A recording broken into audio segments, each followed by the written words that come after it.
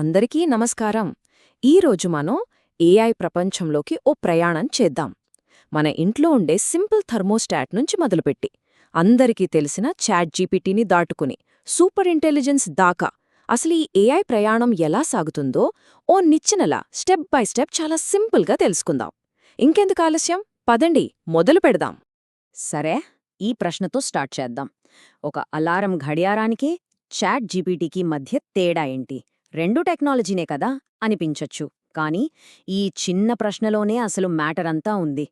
చాలా simple rules పాటించే ఒక మషిన్ నుంచి మన ఊహకే అందని కొత్త కంటెంట్ని సృష్టించే ఏఐ వరకు ఉన్న ప్రయాణం మొత్తం ఈ ఒక్క ప్రశ్నలోనే దాగి ఉందన్నమాట. మనం ఈ ఏఐ నిచ్చెనను ఎలా ఎక్కబోతున్నామంటే, ఇవిగో ఈ 5 స్టెప్స్. మనకు రోజూ కనిపించే ఏఐ నుంచి మొదలుపెట్టి ఫ్యూచర్లో రాబోయే ఏజీఐ, ఆ తర్వాత ఏంటి, ఇలా ఒక్కో మెట్టు ఎక్కుతూ ముందుకు వెళ్దాం. ఓకే, మన ప్రయాణంలో మొదటి అడుగు మనందరికీ ఇప్పటికే బాగా తెలిసిన ఏఐ. అంటే మన చుట్టూ రోజూ ఉండే సింపుల్ ఏఐ గురించి ముందుగా చూద్దాం. దీన్నే మనం రూల్ బేస్డ్ ఏఐ అంటాం. పేర్లోనే ఉంది కదా. ఇది ఏఐలోకెల్లా ఫస్ట్ లెవెల్, చాలా బేసిక్ అన్నమాట.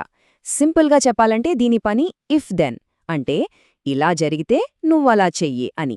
మనం కొన్ని రూల్స్ సెట్ చేస్తాం, అది గుడ్డిగా ఫాలో అవుతుంది, అంతే. మనింట్లో థర్మోస్టాట్ ఉంది కదా, రూమ్ చల్లబడితే హీటర్ ఆన్ అవుతుంది, వేడెక్కితే ఆఫ్ అవుతుంది. లేదా మాల్స్కి వెళ్ళినప్పుడు డోర్స్ మనం దగ్గరికి వెళ్తే అవే తెరుచుకుంటాయి. ఇవి ఆలోచించవు, వాటికి ఇచ్చిన రూల్స్ను పాటిస్తాయి, అంతే. ఇక్కడ మనం ఒక చాలా ఇంపార్టెంట్ విషయం గుర్తుపెట్టుకోవాలి. ఈరోజు మనం వాడుతున్న ప్రతి ఏఐ, అంటే మన ఫోన్ లాక్ తీసే ఫేస్ రికగ్నిషన్ దగ్గర్నుంచి మన మెయిల్లో వచ్చే చెత్తను ఆపే స్పామ్ ఫిల్టర్ వరకు, ఇవన్నీ నారో ఏఐ లేదా వీక్ ఏఐ కిందకే వస్తాయి. నారో ఏఐ అంటే ఏంటంటే, అది ఒకే ఒక్క పనిని, కానీ ఆ ఒక్క పనిని మనిషి కంటే 100 రెట్లు బెటర్గా చేస్తుంది.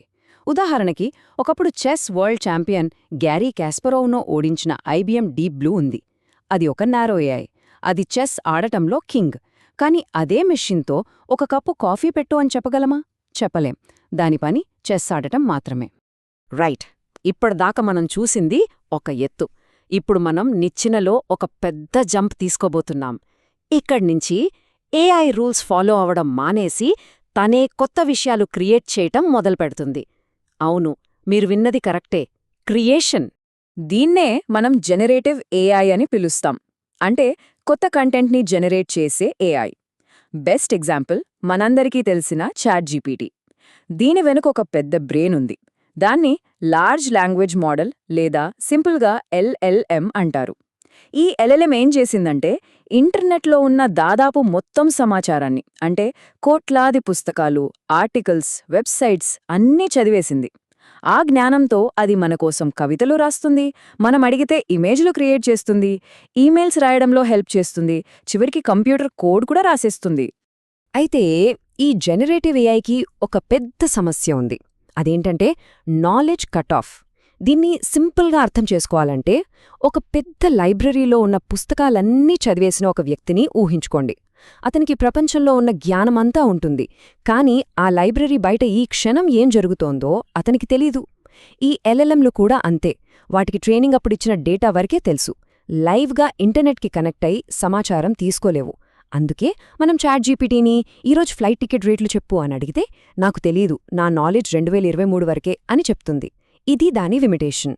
సరే, మరి ఆ లిమిటేషన్ను ఎలా దాటాలి? ఇక్కడే మనం నెక్స్ట్ లెవెల్కి వెళ్తున్నాం.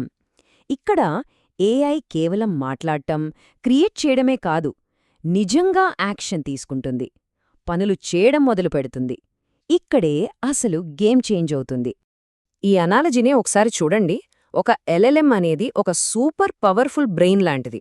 దానికి చేతులు, కాళ్ళు లేకపోతే అది కేవలం ఆలోచించగలదు, అంతే. కానీ అదే బ్రెయిన్కి మనం కొన్ని టూల్స్ ఇచ్చామనుకోండి, అంటే ఇంటర్నెట్ను వాడే టూల్, క్యాలెండర్లో మీటింగ్ పెట్టే టూల్, ఇలాగా.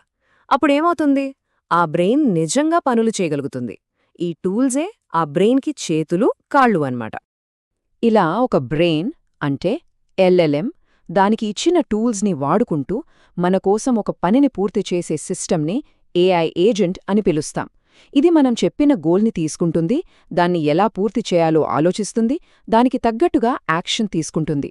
ఉదాహరణకి, నాకు హైదరాబాద్ నుంచి ఢిల్లీకి చౌకైన ఫ్లైట్ చూడు అని మనం అడిగితే అది కేవలం లిస్ట్ ఇవ్వడమే కాదు, మన పర్మిషన్ తీసుకొని మనకోసం ఆ టికెట్ను బుక్ కూడా చేసేయగలదు. అదే ఏఐ ఏజెంట్ పవర్. ఓకే, ఒక ఏజెంట్ ఒక పని చేయగలదు, బావుంది. మరొక పెద్ద పని, చాలా స్టెప్స్తో కూడుకున్న కాంప్లెక్స్ గోలుంటే? అక్కడే సీన్లోకే వస్తోంది ఏజెంటిక్ ఏఐ. దీన్ని ఒక కంపెనీలో టీంలాగా ఊహించుకోండి. ఒక మాస్టర్ ఏజెంట్ మేనేజర్లా ఉంటే, దాని కింద చాలా స్పెషలిస్ట్ ఏజెంట్లు ఎంప్లాయీస్లా పనిచేస్తాయన్నమాట. ఒక్కో ఏజెంట్కు ఒక్కో స్పెషల్ స్కిల్ ఉంటుందన్నమాట. ఈ కేస్ స్టడీ చూస్తే మనకు క్లియర్గా అర్థమైపోతుంది. మన గోల్ ఏంటంటే, న్యూఢిల్లీకి 7 రోజుల ట్రిప్ ప్లాన్ చేయాలి. బడ్జెట్ $1600 లోపు, మంచి ఎండ ఉన్న రోజుల్లో. వెంటనే మాస్టర్ ప్లానర్ రంగంలోకి దిగుతుంది. ముందుగా వెదర్ ఏజెంట్ వెళ్ళు, వచ్చే నెలలో వరుసగా 7 రోజులు ఎండ ఎక్కడుందో చూస్రా అని పంపిస్తుంది. వెదర్ ఏజెంట్ డేట్స్ ఇవ్వగానే ట్రావెల్ ఏజెంట్ ఈ డేట్స్లో ఎక్స్పీడియాలో బెస్ట్ ఫ్లైట్ డీల్సే ఉన్నాయో వెతుకు అని ఆర్డర్ ఇస్తుంది. కానీ అంతలోనే మాస్టర్ ప్లానర్కి ఒక ఆలోచనొస్తుంది. అరే, అసలు వీసా ఉందా లేదా అని. వెంటనే ఇమ్మిగ్రేషన్ ఏజెంట్ మన ఫైల్స్లో వీసా స్టేటస్ చెక్ చేయి అని అడుగుతుంది. ఇమ్మిగ్రేషన్ ఏజెంట్ రిపోర్ట్ ఇస్తుంది, బాస్, వీసా ఎక్స్పైర్ అయిపోయింది. వెంటనే master planner flight booking process ఆపేసి మనకు ఫైనల్ రిపోర్ట్ ఇస్తుంది. మీ వీసా గడువు ముగిసింది, ట్రిప్ కన్నా ముందు వీసా అప్లై చేసుకోండి. చూసారా, ఇది ఎంత తెలివిగా ఒక టీంలా పనిచేసిందో? ఇదే ఏజెంటిక్ ఏఐ. సో ఇప్పటిదాకా మనం చూసిన మూడింటిని ఒక్కసారి క్విక్గా కంపేర్ చేద్దాం. జనరేటివ్ ఏఐ, దీని పని కేవలం కంటెంట్ క్రియేట్ చేయడం. ఏఐ ఏజెంట్, దీని పని ఒక సింగిల్ టాస్క్ని పూర్తి చేయడం. కానీ ఏజెంటిక్ ఏఐ, ఇది ఒక మేనేజర్ లాంటిది. పెద్ద పెద్ద లక్ష్యాలని సాధించడానికి చాలా ఏజెంట్లను కోఆర్డినేట్ చేస్తుంది. అందుకే దీనికి అటానమీ, అంటే స్వంతంగా నిర్ణయాలు తీసుకునే పవర్ చాలా ఎక్కువ. ఓకే, ఇదంతా వినడానికి చాలా బావుంది, కానీ మనకెందుకు ఇదంతా? కెరియర్ పరంగా చూస్తే ఇక్కడే ఉంది అసలు విషయం. టెక్నాలజీలో నెక్స్ట్ పెద్ద వేవ్ ఇదే. ఇలాంటి మల్టీ ఏజెంట్ సిస్టమ్స్ని తయారు చేయగల, వాటిని మేనేజ్ చేయగల డెవలపర్లకు, ఇంజనీర్లకు ఫ్యూచర్లో డిమాండ్ మామూలుగా ఉండదు. ఎవరైనా టెక్లో నెక్స్ట్ ఏంటా అని ఎదురుచూస్తుంటే ఇదిగో ఇదే సమాధానం. ఇదొక సరికొత్త కెరియర్ ఫ్రంటియర్. సరే, ఇప్పటిదాకా మనం ప్రస్తుతమున్న, దగ్గర్లో రాబోతున్న టెక్నాలజీ గురించి మాట్లాడుకున్నాం. ఇప్పుడు మనం మన ఏఐ నిచ్చెనలో చివరి మెట్టు, ఫైనల్ ఫ్రాంటియర్కు చేరుకున్నాం. ఇక్కడి నుంచి మనం మాట్లాడేది భవిష్యత్తు గురించి, మనం సైన్స్ ఫిక్షన్ సినిమాల్లో చూసే ప్రపంచం గురించి. ప్రస్తుతం మన చుట్టూ ఉన్నది నారో ఏఐ, అంటే ప్రతి ఏఐ ఒక్కో పనిలో మాత్రమే స్పెషలిస్ట్. కానీ సైంటిస్టులందరూ కలలు కంటున్న భవిష్యత్తు ఆర్టిఫిషియల్ జనరల్ ఇంటెలిజెన్స్, లేదా ఏజీఐ. ఇదెలాంటిదంటే, అది మనిషిలాగే ఆలోచించగలదు, మనిషిలాగే కొత్త విషయాలు నేర్చుకోగలదు. దానికి ఏ పని ఇచ్చినా ప్రత్యేకంగా ట్రైనింగ్ ఇవ్వక్కర్లేదు. మనిషి చేయగల ఏ మేధోపరమైన పనినైనా అది చేయగలదు. ఒక రకంగా చెప్పాలంటే అది మనలాంటిదే, కాని సిలికాన్తో తయారైనది.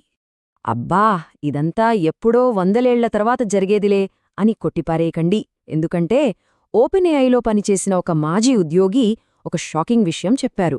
ఆయనన్నమాట, ఈ ఇంటెలిజెన్స్ విస్ఫోటనం 2030 నాటికే సంభవించవచ్చు. అంటే ఇంకొన్ని సంవత్సరాల్లోనే. మనం ఊహించిన దానికంటే చాలా చాలా వేగంగా ఈ టెక్నాలజీ ముందుకు దూసుకెళ్తోంది. మరి ఏజీఐ తర్వాత స్టెప్ ఏంటి? అదే సూపర్ ఇంటెలిజెన్స్. ఇది ఏ స్థాయి తెలివంటే, ఈ భూమి మీద ఉన్న ఐన్స్టీన్ దగ్గర్నుంచి ప్రతి ఒక్క మేధావి, ప్రతి ఒక్క మనిషి, మన అందరి తెలివితేటల్ని కలిపినా కూడా ఈ సూపర్ ఇంటెలిజెన్స్ ముందు అది చాలా చిన్నది. దీని కాగ్నిటివ్ ఎబిలిటీస్ మన ఊహకు అందనంత దూరంలో ఉంటాయి. ఒకవేళ నిజంగా అలాంటి సూపర్ ఇంటెలిజెన్స్ మనకు అందుబాటులోకి వస్తే అది ఏం చేయగలదో? బహుశా కొన్ని వేల సంవత్సరాలుగా మానవజాతిని పట్టిపీడిస్తున్న సమస్యలన్నింటినీ అది క్షణాల్లో పరిష్కరించగలదేమో. ప్రపంచంలో ఉన్న అన్ని రోగాలను నయం చేయడం, ప్రపంచ ఆకలిని అంతం చేయడం, క్లైమేట్ చేంజ్ను రివర్స్ చేయడం, చివరికి మానవ జీవితకాలాన్ని పొడిగించడం, ఎందుకు విశ్వం ఎలా పుట్టింది అనే రహస్యాలను కూడా అది ఛేదించగలదేమో. చివరగా ఈ ఒక్క ప్రశ్నతో ఈ ప్రయాణాన్ని ముగిద్దాం.